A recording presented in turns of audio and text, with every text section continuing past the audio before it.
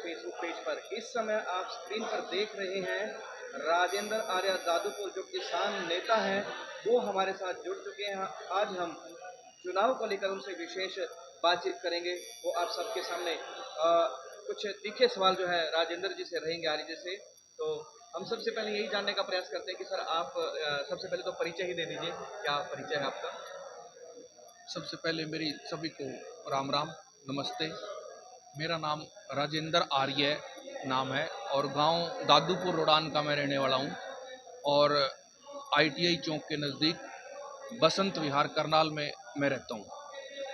तो मैंने यहां से नायब सिंह सैनी जो मुख्यमंत्री है हरियाणा के, उनके खिलाफ आज़ाद प्रत्याशी के तौर पर करनाल विधानसभा उपचुनाव में नामांकन दर्ज करवाया है और गन्ना किसान मेरा सिंबल है, जो बैलेट पेपर पे आएगा राजेंद्र आर्य दादूपुर प्रत्याशी के नाम में, और चुनाव चिन्ह गन्ना किसान आएगा। तो सर कितनी हिम्मत जो है, इतना जो कहाँ से पैदा हुआ कि आप मुख्यमंत्री से लड़ने के लिए तैयार हो गए, मुख्यमंत्री के खिलाफ खड़े हो गए आप?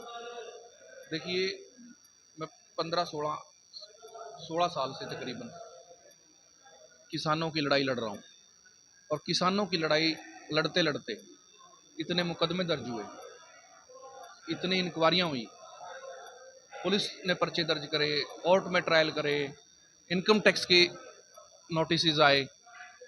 तो अब एक मौका आया है उस जालिम सरकार के खिलाफ, जिन्होंने मेरे ऊपर इतने मुकदमे दर्ज करे, मेरा पासपोर्ट तक कैंसिल कर दिया। पासपोर्ट रद्द होना एक बहुत बड़ी बात है। अब ये मौका है भी मैं किसानों के प्रतिनिधि के रूप में, खापों के प्रतिनिधि के रूप में, गांव देहात के प्रतिनिधि के रूप में, करनाल विधानसभा के एक जागरूक मतदाता के रूप में मैं अपनी उपस्थिति यहाँ दर्ज करवाऊँ और जो जुल्म सितम हमारे साथ भाजपा सरकार ने किए हैं, उनके खिलाफ अपनी बात मजबूती से उठाऊं और नायब सिंह सैनी को एक आईना दिखाऊं। इसलिए मैं इस चुनाव में आया हूं। क्या लगता है आपको, पब्लिक सपोर्ट कर पाएगी? देखो, बहुत अच्छा सपोर्ट मिल रहा है और चुनाव ऐसी चीज़ होती है, अब तक का मेरा अनुभव बहुत अच्छा रहा है। इससे स्पष्ट हो जाता है कि कौन आदमी आपके साथ है, कौन आपके खिलाफ है, कौन बेवजह आपके खिलाफ है, कौन किस बात को लेकर आपके खिलाफ है और कौन किस अच्छाई को लेकर आपके साथ है। तो मैंने 6 तारीख को नामांकन दर्ज करवाया था। उसी समय नायब सिंह सैनी और उनकी धर्मपत्नी भी आरओ, जो रिटर्निंग ऑफिसर करनाल, जो यहाँ के एसडीएम हैं अनुभव मेहता जी, उनकी कोर्ट में नामांकन हुआ। तो मैंने वहीं पर नायब सिंह सैनी जी को नामांकन के दौरान आरओ के दफ्तर में ये बोला, जब उन्होंने मेरी तरफ देखा तो मैंने उनको बोला, नायब सिंह सैनी जी, आज आप नामांकन दर्ज करवाने आए, पर आज पहले ही दिन आपने आदर्श चुनाव आचार संहिता की धज्जियां उड़ा दी। एक तो आप और नायब सिंह सैनी जी, आप और मनोहर लाल जी, जो दोनों, वो एक तो दूसरे रास्ते से आए। हमारे जो आम प्रत्याशी थे उनके लिए एक दूसरा रास्ता निर्धारित था, जहां 4 जगह पे police security, police check post थी, और मनोहर लाल जी को और नायब सिंह सैनी जी को एक सेक्रेटरिएट के मेन दरवाजे से उनके काफिले को एंटर कराया गया और उनको ऐसा एक तरीके से कालीन बिछाकर उनको लाया गया। आते ही मिठाई से उनकी और आओ भगत चाय पानी से उनकी करी गई।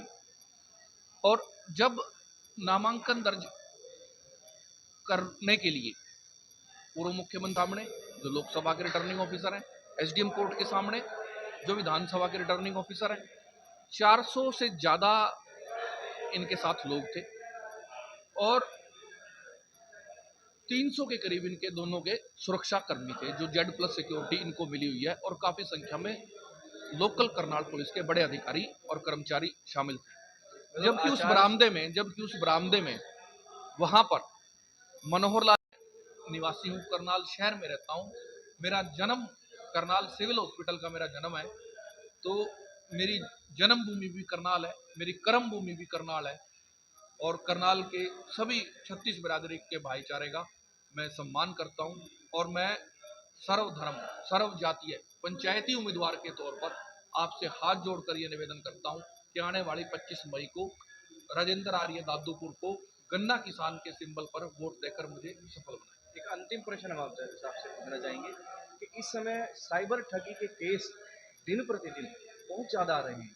जो बुजुर्ग लोग हैं, कुछ कम पढ़े लिखे या मोबाइल की कम जानकारी रखते हैं, उनके साथ बहुत ज़्यादा धोखाधड़ी हो रही है। पहले तो डिजिटलीकरण कर दिया गया, डिजिटलाइजेशन कर दिया, लेकिन अब उसमें कि बहुत बड़ी कमी उभर कर सामने आ रही है। इसके बारे में क्या कहेंगे? क्या कोई योजना बनाएंगे या फिर बीजेपी की दृष्टि से आप क्या कहना चाहेंगे? देखिए, ये प्रशासन का और शासन का फेलियर है। तुरंत और त्वरित अगर कार्रवाई हो और उनको अपराधियों को उनके ठिकाने से तत्परता से जाकर दबोचा जाए तो इस तरीके की समस्या आगे नहीं आने वाली है। और आज का जो युग है, लेटेस्ट टेक्नोलॉजी का, चैट जीपीटी का जो युग है, आर्टिफिशियल इंटेलिजेंस का युग है, यहाँ अपराधी को पकड़ना बहुत आसान काम है। तो पुलिस को तत्परता दिखानी चाहिए। और देखिए, प्रशासन जो है, प्रशासन की ढिलाई है कहीं ना कहीं। एक मैं आपको एग्जाम्पल देता हूँ। अभी 5 तारीख का संडे था और 6 तारीख आखिरी दिन था नामांकन का। तो 3 और 4 तारीख को, शुक्रवार और शनिवार को, बहुत से लोगों ने अपना नॉमिनेशन भरने के लिए जो जरूरी एनओसी है वो लेने के लिए वो दफ्तरों में गए शुक्रवार और शनिवार को। तो शुक्रवार को भी अधिकारी अपने कार्यालय में उपस्थित नहीं थे, जब कोड आदर्श आचार संहिता की और इलेक्शन कमीशन ऑफ इंडिया की, सुप्रीम कोर्ट की, करनाल प्रशासन की, प्रदेश प्रशासन की ये गाइडलाइन है। आदर्श आचार संहिता के चलते कोई भी अधिकारी अपना स्टेशन नहीं छोड़ सकता, अपने दफ्तर में मौजूद रहना पड़ेगा। किसी भी महकमे में कोई एनओसी के लिए अलग से कोई एक मुलाजिम या काउंटर की व्यवस्था नहीं थी। और सैकड़ों लोग लोकसभा के लिए और विधानसभा के लिए अपना नामांकन भरने से वंचित रह गए, क्योंकि उनको समय रहते अधिकारी कर्मचारियों ने एनओसी उपलब्ध नहीं करवाई। तो ये सरकार का फेलियर है। जहां सरकार सजग होती है वहां प्रशासन मुस्तैदी से काम करता है, जहां सरकार सुस्त होती है वहां प्रशासन नदारद रहता है। तो अगर मुझे कोई मौका मिला तो ये शिकायत करनाल की जनता को नहीं मिलेगी। अधिकारी और कर्मचारियों से समन्वय स्थापित करके जनता के काम तेज गति से करवाई जाए। दोस्तों, ये थे हमारे साथ राजेंद्र। विकलांग हमारे साथी आज यहाँ मानव सेवा संघ में सारे इकट्ठा हुए पूरे करनाल जिले के, और मैंने सभी विकलांग साथियों से और उनकी जो पदाधिकारी हैं उनसे अपने लिए वोट और सपोर्ट की अपील करी है। और सभी विकलांग साथियों ने और इनके जो रजिस्टर्ड संस्था है उसके पदाधिकारियों ने मुझे वोट और सपोर्ट का करनाल विधानसभा में मुझे समर्थन किया है, मुझे सहयोग किया है और मुझे आशीर्वाद दिया है।